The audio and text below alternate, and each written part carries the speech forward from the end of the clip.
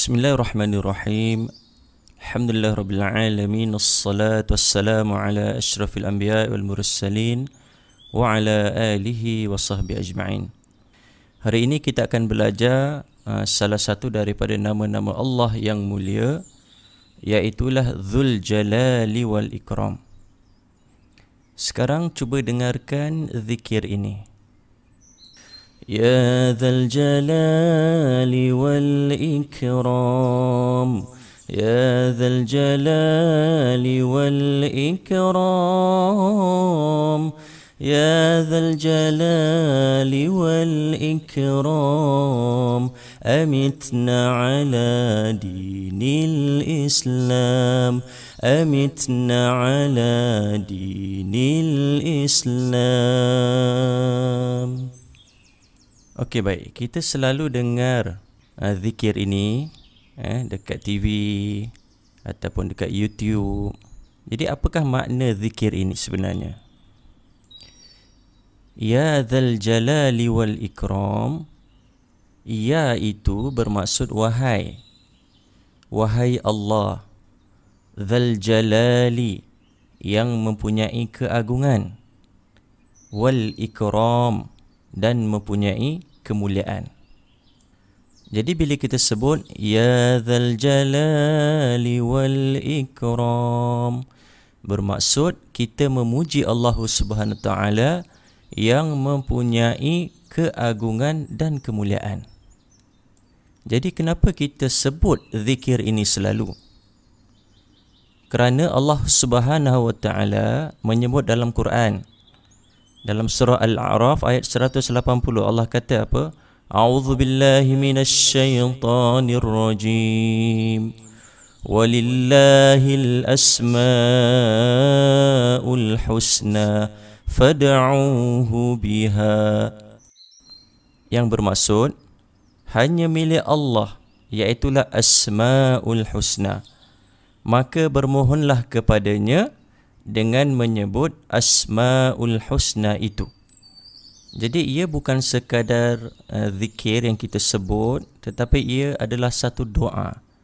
Kita mohon pada Allah Ta'ala, Ya Dzal Jalali wal Ikram, Ya Dzal Jalali wal Ikram.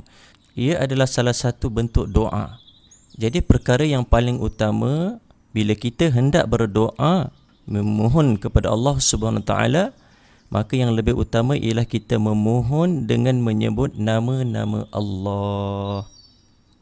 Jadi sebab itu kita belajar hari ini nama Allah Dzul Jalali wal Ikram, supaya kita sentiasa apabila kita berdoa dengan nama-nama Allah yang baik. Salah satunya ialah Dzul Jalali wal Ikram. Jadi dekat mana yang biasa kita dengar perkataan Dzul Jalali wal Ikram ini? Baik, biasa kita dengar dalam nasyid Asma'ul Husna. Dalam Asma'ul Husna, nasyid Asma'ul Husna, ada perkataan Dzul Jalali wal Ikram. Baik, kita cuba dengarkan sedutan perkataan Dzul Jalali wal Ikram dalam nasyid Asma'ul Husna. التواب المنتقم العفو رؤوف المالك الملك ذو الجلال والإكرام. Baik, jika kita dengar elok-elok, maka kita akan dapati di sana ada perkataan Dzul Jalali wal Ikram. Kemudian masa bila lagi kita dengar zikir Dzul Jalali wal Ikram ini? Okey, biasa lepas solat fardu, imam akan baca Allahumma antas salam wa minkas salam tabarakta ya dzal jalali wal ikram. Jadi zikir ini ialah zikir yang digalakkan kita baca selepas kita solat fardu. Dan yang paling penting, nama Allah ini Allah Ta'ala sebut dalam Quran, dalam surah Ar-Rahman ayat 26 hingga 27. A'udzu billahi minasy syaithanir rajim. Kullu man 'alaiha fan ويبقى وجه ربك ذو الجلال والإكرام. Maksudnya, segala yang ada di muka bumi itu akan binasa dan akan kekallah zat Tuhanmu yang mempunyai kebesaran dan kemuliaan. Baik anak-anak yang dirahmati Allah, sekarang kita tengok apakah tanda-tanda yang membuktikan keagungan dan kemuliaan Allah Subhanahu wa taala. Tanda yang pertama ialah kejadian alam yang teratur. Kita lihat susunan planet-planet di angkasa, semuanya beredar pada paksinya, tidak berlanggar antara satu sama lain. Kita lihat tubuh badan kita, daripada kepala sampai ke kaki, semuanya teratur dan cantik. Kemudian tanda yang kedua ialah penciptaan yang sempurna. Okay, kita lihat gunung ganang, lautan, tumbuh-tumbuhan, dan proses penciptaan manusia daripada janin sampailah kita dewasa, semuanya sempurna. Dan kecanggihan teknologi pun belum mampu untuk menyamai dan melawan kesempurnaan ciptaan Allah ini. Tanda yang ketiga ialah Allah berkuasa menghidup dan mematikan. Sama ada kita manusia, tumbuh-tumbuhan atau haiwan, semua urusan kehidupan dan kematian di sisi Allah. Jadi manusia tidak mampu melawan takdir. Allah Ta'ala sebut dalam Quran, kullu nafsin dha'iqatul maut. Setiap yang bernyawa akan merasai kematian. Tanda yang keempat ialah pemberi rezeki. Jadi hanya kepada Allah sahaja kita memohon. Dilarang dan haram sama sekali kita memohon kepada sesuatu selain daripada Allah. Jadi hanya Allah yang memberi rezeki. Dia meluaskan rezeki dan juga menyempitkan rezeki kepada sesiapa sahaja yang dikehendaki.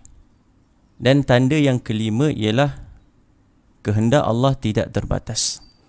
Dia berkuasa atas segalanya. Jika dia nak jadikan sesuatu, dia hanya menyebut kun, jadilah, fayakun, maka jadilah benda itu.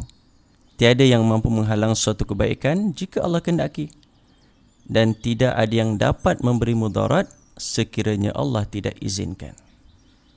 Jadi setelah kita tahu tanda-tanda ini, maka wajib kita beriman dengan nama Allah Ta'ala ini, iaitu Allah Ta'ala mempunyai nama Dzul Jalali wal Ikram. Jadi kita yakin dan kita kena akui bahawa Allah Ta'ala itu maha agung dan maha mulia, maha sempurna dan kekal. Bila kita betul-betul yakin dengan nama Allah Ta'ala ini, maka dia akan memberi kesan kepada diri kita. Yang antaranya kita akan mudah untuk mentaati perintah Allah, mudah untuk menjauhi larangan Allah.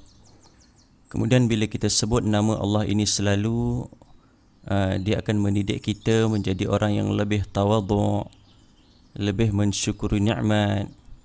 Malah kita akan dikasihi oleh makhluk-makhluk yang lain selain daripada mendapat rahmat daripada Allah Subhanahu wa taala. Dan sebenarnya tanpa kita sedar, semua makhluk di atas muka bumi ini bertasbih kepada Allah Subhanahu wa taala. Allah Taala sebut dalam Quran, A'udzu billahi minasy syaithanir rajim. Sabbaha lillahi ma fis samawati wa ma fil ard. Segala yang ada di langit dan di bumi semuanya bertasbih kepada Allah Subhanahu wa taala. Dan ini juga membuktikan bahawa Allah Taala itu mempunyai keagungan dan kemuliaan. Jadi Ustaz harap apa yang kita belajar pada hari ini semuanya memberi manfaat. Banyakkan berzikir kepada Allah Subhanahu wa taala, berdoa dengan namanya Dzul Jalali wal Ikram. Jadi cara kita berdoa, ya Dzul Jalali wal Ikram. Kita ulang-ulang banyak kali dan insya-Allah Allah Taala akan kabulkan segala doa dan permintaan kita. Wallahu a'lam. Sekian, wassalamualaikum warahmatullahi wabarakatuh.